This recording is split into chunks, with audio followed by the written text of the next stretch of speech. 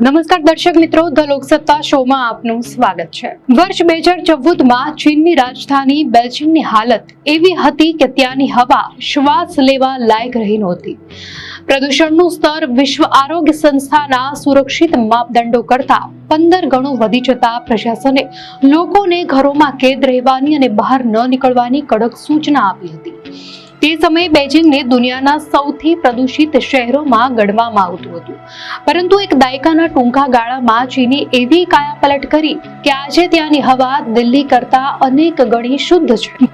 હાલમાં જ્યારે દિલ્હી અને સમગ્ર ઉત્તર ભારત ભયાનક સ્મોગ અને 450થી વધુના એર ક્વોલિટી ઇન્ડેક્સનો સામનો કરી રહ્યા છે, ત્યારે ચીની દૂતાવાસે ભારતને મદદની ઓફર કરી છે।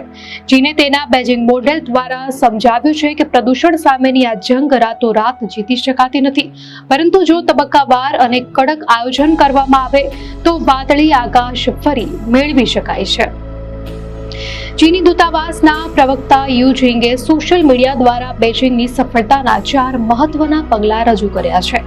પ્રથમ તબક્કામાં બેઇજિંગે વાહન વ્યવહાર પર સર્જિકલ સ્ટ્રાઇક કરી હતી। તેમણે યુરો 6 ને સમકક્ષ કડક ઉત્સર્જન નિયમો લાગુ કર્યા અને રસ્તા પરથી લાખો જૂના વાહનોને દૂર કર્યા।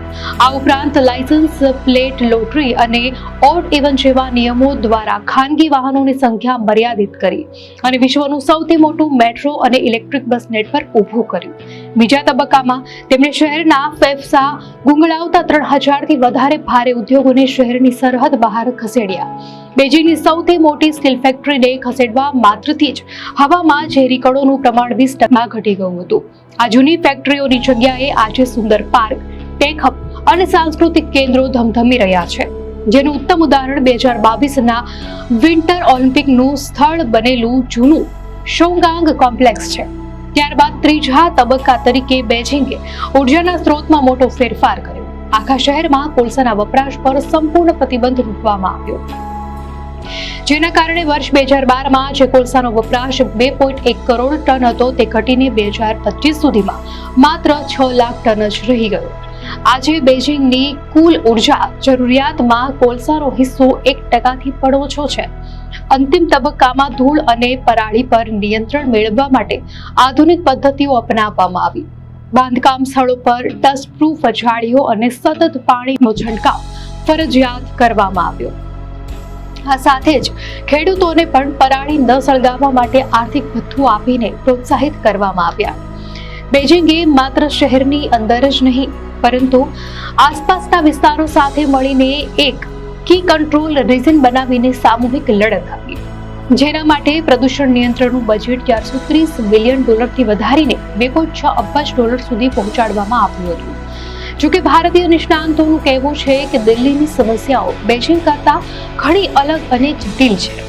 દિલ્હી એક લેન્ડલોક શહેર છે, જ્યાં ભૌગોલિક સ્થિતિને કારણે પ્રદૂષિત હવા જલ્દી બહાર જઈ શકતી નથી, જ્યારે બેઇજિંગ સમુદ્ર કિનારાથી ઘણું નજીક છે।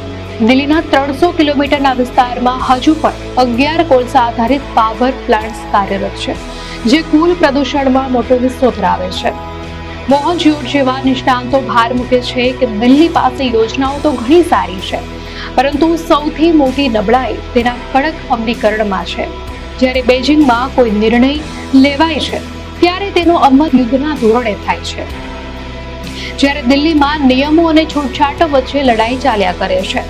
દિલ્હીએ જો સ્વચ્છ હવા મેળવવી હોય તો ચીન પાસેથી એ શીખવું પડશે કે ઉદ્યોગો અને વાહનોના ઉત્સર્જન પર માત્ર કાગળ પર નહીં, પરંતુ જમીની સ્તરે કેવી રીતે કાબુ મેળવી શકાય। દર્શક મિત્રો, અંગે આપની શું પ્રતિક્રિયા છે, અમને કોમેન્ટમાં ચોક્કસથી જણાવશો। અને જો આપને આ માહિતી સારી લાગી હોય તો વિડીયોને લાઈક કરો અને ચેનલને સબસ્ક્રાઇબ કરો।